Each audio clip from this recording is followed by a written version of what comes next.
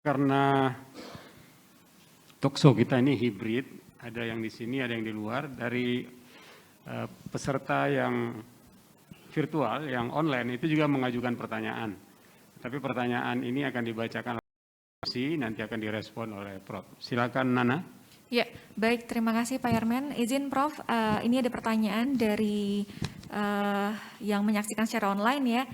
Assalamualaikum, Prof. Perkenalkan nama saya Mita Anggraini.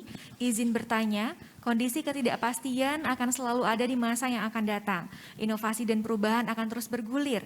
Permasalahannya adalah hanya beberapa orang saja yang menjadi penggerak perubahan dan relatif berada di kalangan atas yang memiliki lingkungan yang mendukung.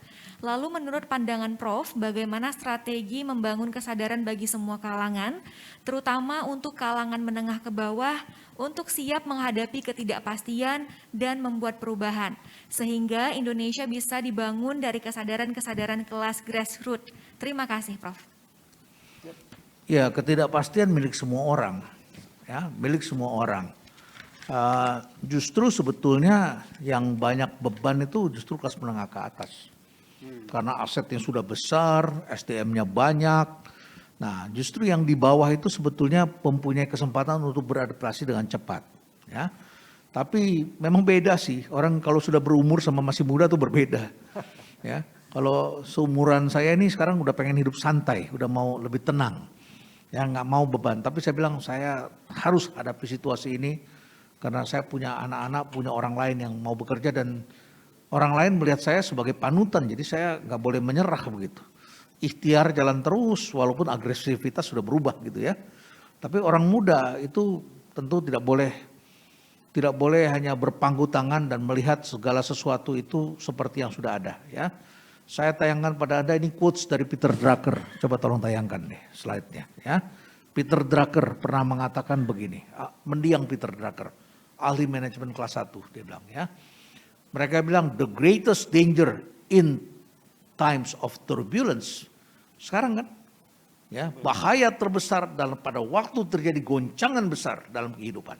Sekarang nih turbulensi besar, ya itu apa? It's not the turbulence itself, bukan turbulence itu, bukan pandeminya, bukan goncangan itu sendiri, tetapi apa? Yaitu bekerja dengan yesterday logic, ya dengan logik kemarin. Kalau saudara-saudara beranggapan bahwa yang bagus itu adalah menunggu new normal. Sampai tenang dulu baru kita kerja. Telat saudara, dunia sudah berubah. Bahkan tadi Pak Yarmen mengatakan kalau ada pandemi ini berakhir. Gitu ya tadi masih ingat kan? Kalau ada situasinya yang berbeda. Jangan-jangan udah gak balik lagi seperti dulu begitu. Ya, apakah airlines masih bisa untung? Ada yang bilang itu sampai kiamat kereta cepat gak akan balik modal katanya. Mana ada transportasi publik yang balik modal saudara-saudara, ya harus FS-nya makanya yang benar. Transportasi publik kalau saudara-saudara pakai FS nggak jadi dibangun, ya nggak jadi dibangun. Saudara bikin jalan di Papua itu gimana? Sampai kapan pun nggak akan dibangun, penduduknya cuma sedikit, lewat lintasannya panjang. Saudara kerja di PLN, bangun itu kalau pakai FS saudara-saudara nggak dipasang itu listriknya itu. Kita cuma mau di kota besar. Makanya ketika Pertamina menghadapi persaingan, asing itu maunya bikin pom bensin di tengah kota. Itu. Nggak mau dia di daerah terpencil yang penduduk cuma sedikit, satu hari cuma jual berapa. Mana bisa jalan tol di Sumatera ini yang dibangun. Nggak akan ada saudara-saudara kalau pakai FS. Memang BUMN akan begitu karena misinya selain kasih dividen, ada misi kedua yang dia harus jalankan. Ya, apa itu jalankan yang kedua? Yaitu memang adalah menjalankan misi negara, perintah jalankan, yang swasta nggak bisa jalankan. Makanya kalau udah susah ya PNM harus dibantu begitu. Tapi nggak boleh dimanjain, kalau dimanjain tergantung terus kan begitu. Direksi juga harus mikir terus sampai batas terakhir nanti. Ada juga tuh kadang-kadang jalan keluarnya tuh begitu ya. Nah jadi menghadapi uncertainty bukan itu bahaya. Bahayanya adalah kita mikir dengan cara kemarin. Ketika terjadi perubahan kita harus perbarui lagi, lihat lagi dari perspektif yang baru. Apalagi ya, apa sih orang berubah? Nggak kelihatan tuh dunia online, tapi kalau saudara explore, saudara akan ketemukan itu. Anak saya tanya sama customernya, apalagi sih yang saudara-saudara lagi tunggu? Ini tadi kan saya bilang, di luar negeri harganya di atas 2 juta, bisa nggak bikin yang di bawah 500 ribu? Dia bikin tuh. Nah sekarang dia profit begitu. Dia temukan cara-caranya. Karena dia mau berpikir dengan cara baru. Nah ada lagi nggak quotes yang berikutnya? Ada kan? Ini. Dia bilang saya nggak tahu tuh. Saya nggak bisa prediksi besok hari apa. Tadi kan saya bilang World 3.0 ke 4.0 itu udah saya bisa baca, saudara belum bisa baca, tapi saya bisa baca itu. Tapi masalahnya dia bilang katanya cara terbaik memprediksi hari esok siapapun juga, Mita, ya, itu adalah dengan cara menciptakan hari esok itu. Saudara harus menciptakan hari esok itu, ya. Kata dia, the only thing we know about the future is that it will be different. Cuma itu, ya, bahwa ini akan beda. Hari ini pasti sudah beda dengan kemarin. Besok ya beda lagi gitu. Setahun dari sekarang udah beda lagi. Ada aktor-aktor baru yang menciptakan perubahan baru lagi. Kalau saudara masih pakai yesterday logic, nanti pak, tunggu pak.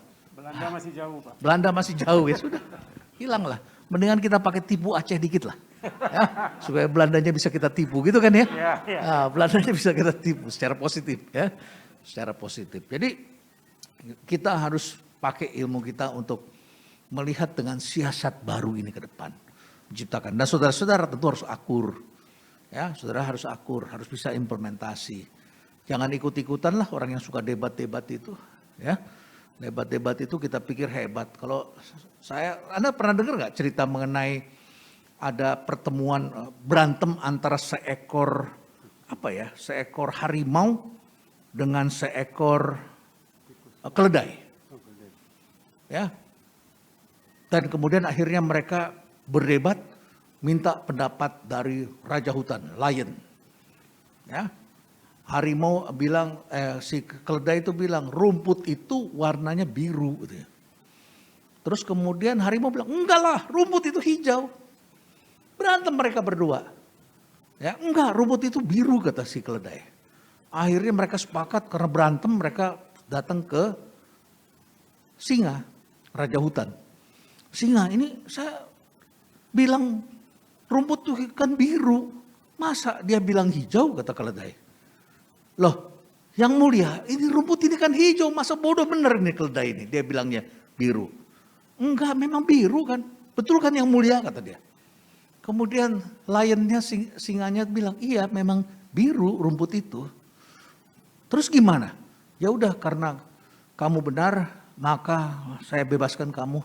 Karena kamu salah katanya. Ya, maka saya hukum kamu selama 1 bulan kamu tidak boleh berburu, tidak boleh makan. Marahlah si harimau. Terus akhirnya dia protes sama si singa itu. Kenapa kamu hukum saya? Apa jawaban ini? Kita semua udah tahu rumput itu warnanya hijau.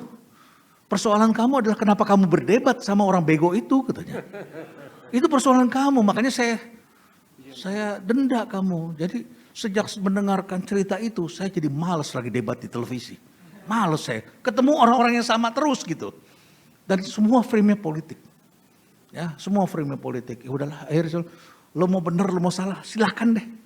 Dan lama-lama masyarakat juga belajar, tahu juga yang bener yang salah. Begitu. Lama-lama orang ngerti juga.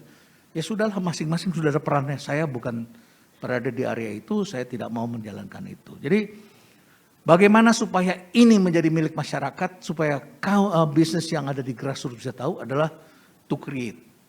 Ya, dan harus beradaptasi, explore, berani hadapi, ya, create yang baru. Kayak Pak Dodi tadi tuh, tadi malam saya kasih tahu bikin parfum, gak bisa Bapak cuma punya 6 varian, sekarang Bapak harus bikin beragam versi. Tiap minggu kalau perlu ciptakan baru. Kalau nggak bisa tiap minggu karena mahal, tiap bulan bikin 1. Harus ada cara bikin yang lebih cepat yang simpel-simpel, yang kecil-kecil. Karena kita beli parfum setahun sekali atau 2 tahun sekali. Ya sama ya saudara-saudara beli parfum. Ada yang tiap hari beli parfum. Ya, profesinya artis penyanyi kali ya. Sehingga tiap hari harus pakai parfum. Saya pakai parfum sewaktu-waktu aja gitu ya. Dan momennya disesuaikan, momen yang bagaimana. Kira-kira begitu ya. Terima kasih. Nana, ada pertanyaan lain? Oke, cuma 1.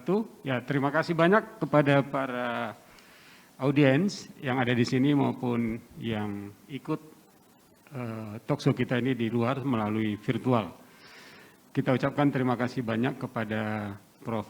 Renal Kasali yang telah mengisi alam pikiran kita, wawasan kita, bahkan batinia kita dengan nutrisi yang sangat bergizi pada hari ini. Banyak sekali materi yang disampaikan, yang hanya dapat saya catat itu yang terpenting bahwa kita memang berada dalam situasi ketidakpastian. Dan jujur saja pandemi ini seperti tidak diprediksi. Tahun lalu Pak saya nulis buku tentang penanganan pandemi dari aspek hukum. Saya baru tahu setelah baca 5 undang-undang, undang-undang penanggulangan bencana, undang-undang kesehatan, undang-undang kekarantinaan kesehatan, dan satu lagi wabah penyakit menular, itu semuanya mengasumsikan bahwa yang namanya darurat bencana itu hanya 3 bulan, Pak. Hanya 3 bulan. Jadi pengertian darurat bencana dari segi pembiayaan, toleransi, segala macam itu 3 bulan. Kena pandemi, 3 bulan tidak selesai. 6 bulan tidak selesai, 7 bulan tidak selesai. Nah, sekarang kita baru tahu ada kekosongan hukum dalam setiap materi hukum kita yang tidak menjangkau bahwa pandemi ini, situasi darurat karena pandemi itu bisa berbulan-bulan bahkan bertahun-tahun. Itu salah satu yang kami temukan dari hasil riset dan kami sudah tulis bukunya.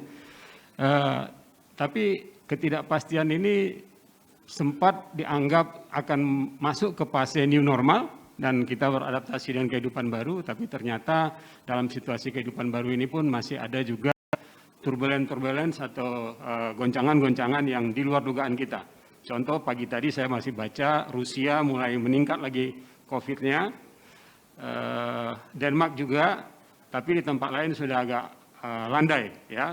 Di tengah-tengah situasi ini mulai ada suara-suara tidak perlu lagi periksa PCR kalau kita naik pesawat ya, karena terlalu boros biayanya. Tiba-tiba aja mendadak Presiden menurunkan harganya menjadi 300.000. Alhamdulillah juga ya. Nah, artinya ketidakpastian ini pun ya akan terus berlangsung dengan dinamika yang sangat fluktuatif, turun naik. Kemudian dalam situasi seperti ini, seperti dikatakan oleh Prof. Renal, dalam krisis pun kita biasanya akan menimbulkan kreativitas. Jadi orang-orang yang kreatif lah yang mampu bertahan dalam situasi ketidakpastian ini dan mereka akan menjadi pemenangnya. Setiap orang punya potensi dan potensi itu berpeluang untuk dikembangkan, termasuk di masa krisis yang seperti ini. Kita jangan menyerah dan juga jangan berpikir dengan parameter atau cara pikir kemarin atau apalagi yang sudah usang. Ada riset yang saya baca, ternyata penanganan bencana di Aceh, di Indonesia itu sama dengan 2 abad yang lampau gitu. Jadi nggak ada yang modern gitu, nggak ada yang modern. Jadi perlu ada terobosan-terobosan, inovasi, bahkan invensi yang belum pernah dilakukan sebelumnya. Terakhir, semua kita harus berupaya menciptakan masa depan yang lebih baik, masa depan yang humanis, masa depan yang lebih menjanjikan dan menyejahterakan dan membahagiakan buat semua. Kira-kira itu bagian-bagian penting dari presentasi Pak Profesor Renal Ghazali. Mudah-mudahan ini menambah gizi bagi pengetahuan kita dan membuat kita lebih optimis menghadapi situasi pandemi yang belum tahu kapan akan berakhir. Ya, mudah-mudahan situasi Aceh, situasi Indonesia menjadi lebih baik dan kita tetap sehat walafiat, bisa beraktivitas, produktif, dan kemudian memberikan sumbangan terbaik bagi keluarga, masyarakat Aceh, Indonesia, dan dunia. Demikian bila taufik wa hidayah. Wassalamualaikum warahmatullahi wabarakatuh.